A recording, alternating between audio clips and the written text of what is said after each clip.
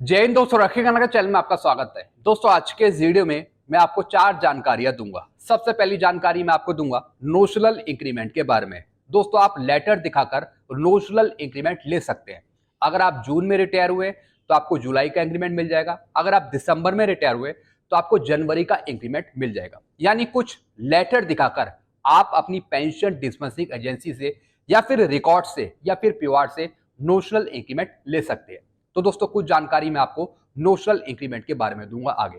फिर दोस्तों अगली जानकारी मैं आपको दूंगा अप्रैल की पेंशन के बारे में। जी हाँ दोस्तों, आज से पेंशनर्स को अप्रैल की पेंशन मिलना शुरू हो गई है, उनके खाते में आना शुरू हो गई है अप्रैल की पेंशन, और वो भी डीआर 55% के साथ। किन पेंशनर्स को मिल रही है अप्रैल की पेंशन, इसके बारे में हम आगे बात करेंगे। फिर दोस्तों अगली जानकारी मैं आपको दूंगा डीआर के एरियर के बारे में। जी हाँ दोस्तों, आज मैंने फिर से स्पाइस के नोडल अधिकारी से बातचीत करी डीआर के एरियर के लिए। मैंने उनसे पूछा स्पाइस के पेंशनर्स को कब तक डीआर का एरियर मिल जाएगा। तो दोस्तों कुछ अपडेट दी है मेरे को स्पाइस के नोडल अधिकारी ने डीआर के एरियर के बारे में, इस पर हम आगे बात करेंगे। फिर दोस्तों अगली जानकारी मैं आपको दूंगा पूर्व पाकिस्तानी क्रिकेट खिलाड़ी शाहिद अफरीदी ने दिया बेहद घटिया बयान। जी हाँ दोस्तों, पहलगाम में जो हमला हुआ आतंकियों का, उसके बारे में पूर्व क्रिकेटर शाहिद अफरीदी ने एक बहुत ही घटिया बयान दिया है। तो दोस्तों क्या दिया है बयान, क्यों उनकी आलोचना हो रही है, इसके बारे में हम आगे बात करेंगे। तो दोस्तों बस यही जानकारियां जो मैं आपको देने वाला हूं, इसलिए इस वीडियो को आप शुरू से लेकर आखिरी तक देखेगा। वीडियो में आगे बढ़ने से पहले एक छोटी सी अपील मैं आपसे कर रहा हूं। अगर आप पहली बार मेरा चैनल देख रहे हैं या फिर ये वीडियो देख रहे हैं तो आप मेरे चैनल सब्सक्राइब भी कर सकते हैं, जिसका नाम है रक्षित खन्ना, क्योंकि ऐसी जानकारियां, सही जानकारियां आपको मिलती रहती हैं बीच बीच में।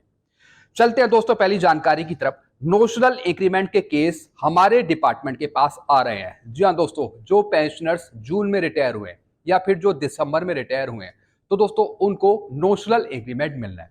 सिर्फ अभी डिफेंस का एक ऐसा डिपार्टमेंट है जो नोशनल इंक्रीमेंट नहीं दे रहा। डिफेंस का डिपार्टमेंट, चाहे वो दोस्तों वो रिकॉर्ड ऑफिस हो, चाहे वो पीओआर हो, चाहे वो पीसीडी हो। लेकिन दोस्तों जो हमारा डिपार्टमेंट है, सिविल डिपार्टमेंट है, पेंशन डिपार्टमेंट है, वो पेंशनर्स को नोशनल इंक्रीमेंट दे रहा है। और दोस्तों पेंशनर्स किस बेस पर कार्रवाई कर रहे हैं? 14 अक्टूबर के लेटर के अनुसार। जी हाँ दोस्तों, जो डीओपीटी का लेटर है 14 अक्टूबर का नोशनल इंक्रीमेंट का, उसके बेस पर पेंशनर्स कार्रवाई कर रहे हैं और हम पेंशनर्स को नोशनल इंक्रीमेंट दे रहे हैं। और साथ ही साथ सुप्रीम कोर्ट का एक ऑर्डर है 11 अप्रैल 2023 का। जी हाँ दोस्तों, 11 अप्रैल 2023 का सुप्रीम कोर्ट का ऑर्डर है, उसके तहत भी आपको नोशनल इंक्रीमेंट मिलेगा। जी हाँ दोस्तों ये है पूरा ऑर्डर सुप्रीम कोर्ट का, ये जजमेंट है 11 अप्रैल 2023 का, जिसमें पेंशनर्स को नोशनल इंक्रीमेंट देने की बात कही गई है। और दोस्तों उसी के बाद 14 अक्टूबर का एक लेटर है डीओपीटी का, इसके तहत भी आपको नोशनल इंक्रीमेंट मिलेगा। तो दोस्तों दोनों लेटर या फिर दोस्तों जजमेंट आप दिखाकर नोशनल इंक्रीमेंट ले सकते हैं। हम तो अपने पेंशनर्स को नोशनल इंक्रीमेंट दे रहे हैं। जो पेंशनर जून में रिटायर हुए उन्हें जुलाई का इंक्रीमेंट दे रहे हैं, जो दिसंबर में रिटायर हुए उन्हें जनवरी का इंक्रीमेंट दे रहे हैं। यानी जब आप रिटायर हुए हो और उससे पहले जो आपको एक इंक्रीमेंट मिला है, उसके बीच में पूरा 1 साल का गैप होना चाहिए, तब आप नोशनल इंक्रीमेंट लेने के लिए एलिजिबल होंगे, तब आपको मिलेगा। तो दोस्तों आप लेटर लिखना स्टार्ट कर दीजिए, आवेदन देना शुरू कर दीजिए अपने रिकॉर्ड को। कोई दिक्कत आती है, कोई परेशानी आती है तो आप मेरे से भी कांटेक्ट कर सकते हैं। जितने भी लेटर हैं नोशनल इंक्रीमेंट के, चाहे वो सीएजी का ऑर्डर हो, चाहे वो सुप्रीम कोर्ट का जजमेंट हो, चाहे वो डीओपीटी का ऑर्डर हो या फिर कोई दूसरा ऑर्डर हो, सब लेटर, डॉक्यूमेंट, जजमेंट मैं आपको प्रोवाइड करा दूंगा। मैं आपकी पूरी हेल्प करूंगा नोशनल इंक्रीमेंट लेने के लिए। तो दोस्तों हमारा डिपार्टमेंट तो दे रहा है, मना नहीं कर रहा, हम दे रहे हैं पेंशनर्स को नोशनल इंक्रीमेंट। तो आप भी दोस्तों ले सकते हैं अपने डिफेंस डिपार्टमेंट से, रिकॉर्ड से, पीओआर से या फिर पीसीडीए से। कार्रवाई आप करना शुरू कर दीजिए। चलते हैं दोस्तों अगली जानकारी की तरफ। अप्रैल की पेंशन क्रेडिट होना शुरू। जी हाँ दोस्तों, आज बैंक सीपीपीसी ने दी पेंशन रेलवे के पेंशनर्स को। जी हाँ दोस्तों, आज से पेंशनर्स को अप्रैल की पेंशन मिलना शुरू हो गई है, और वो भी बढ़ी हुई डीआर 55% के साथ। यानी जो पेंशनर्स बैंक से, सीपीपीसीओ से या फिर डीपीडीओ से पेंशन ले रहे हैं, उनको बैंक दे रहा है पेंशन अप्रैल की, और वो भी बढ़ी हुई। तो दोस्तों बैंक ने, सीपीपीसी ने पेंशन देना शुरू कर दिया है पेंशनर्स को। आज रेलवे के पेंशनर्स को पेंशन मिली है अप्रैल की, वो भी डीआर 55% के साथ बढ़ी हुई पेंशन मिल रही है। स्पर्श देगा 30 अप्रैल को पेंशनर्स को। जी हाँ दोस्तों, स्पर्श की तरफ से अभी मैसेज नहीं आया है अप्रैल की पेंशन का एडवांस मैसेज, लेकिन दोस्तों नोडल अधिकारी ने कंफर्म किया है कि जो आपको अप्रैल की पेंशन है वो 30 अप्रैल को मिलेगी, चाहे मैसेज आपको मिला हो या फिर ना मिला हो। तो आपको टेंशन लेने की जरूरत नहीं है। 30 अप्रैल को आपको बढ़ी हुई पेंशन मिल जाएगी अप्रैल की, वो भी डीआर 55% के साथ।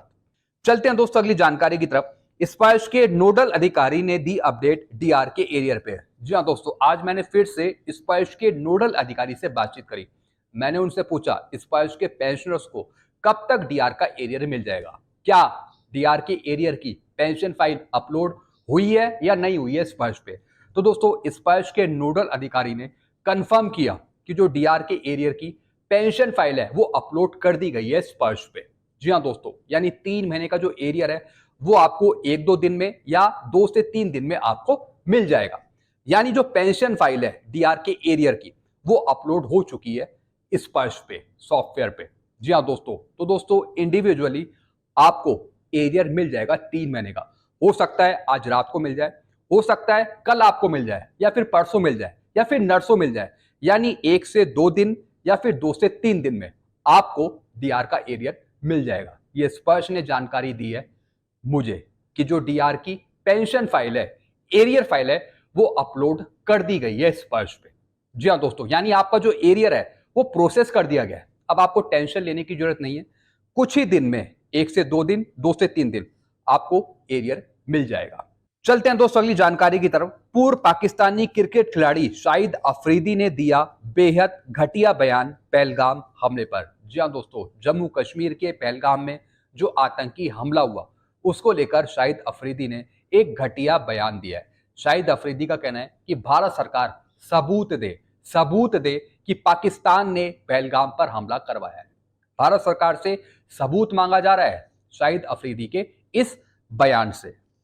उन्होंने कहा है कि भारत खुद ही लोगों को मरवाता है और फिर खुद ही कहते हैं कि वो जिंदा है। जी हाँ दोस्तों, यानी भारत सरकार पे, भारत पर बेबुनियादी इल्जाम लगाया जा रहा है। शाहिद अफरीदी का कहना है कि भारत खुद ही लोगों को मरवाता है, यानी भारत खुद ही अपने लोगों को मरवा रहा है और फिर खुद ही कहता है कि वो जिंदा है। तो दोस्तों जो भी इन्होंने बयान दिया है, आप इससे क्या समझते हैं, आपके अपने विचार क्या हैं, आप जरूर कमेंट बॉक्स में लिखेगा। फिर दोस्तों क्या कहा है शाहिद अफरीदी ने। शाहिद अफरीदी ने इस आतंकी हमले पर एक वीडियो जारी किया है। इसमें वो भारत से इस हमले में पाकिस्तान का हाथ होने के सबूत मांगते दिख रहे हैं। यानी भारत सरकार ने जो पाबंदियां लगाई है पाकिस्तान पे या फिर आरोप लगाए हैं, तो उसका सबूत मांगा जा रहा है शाहिद अफरीदी के द्वारा। यानी शाहिद अफरीदी कह रहे हैं कि भारत सरकार सबूत दे कि पाकिस्तान ने हमला करवाया है पहलगाम में। फिर दोस्तों आगे क्या लिखा है, उन्होंने कहा है कि भारत आरोप लगाने से पहले साबित करे कि इस हमले में पाकिस्तान का हाथ था। जी हाँ दोस्तों बात कुछ भी रही हो, लेकिन जो एजेंसियां हैं वो काम कर रही हैं।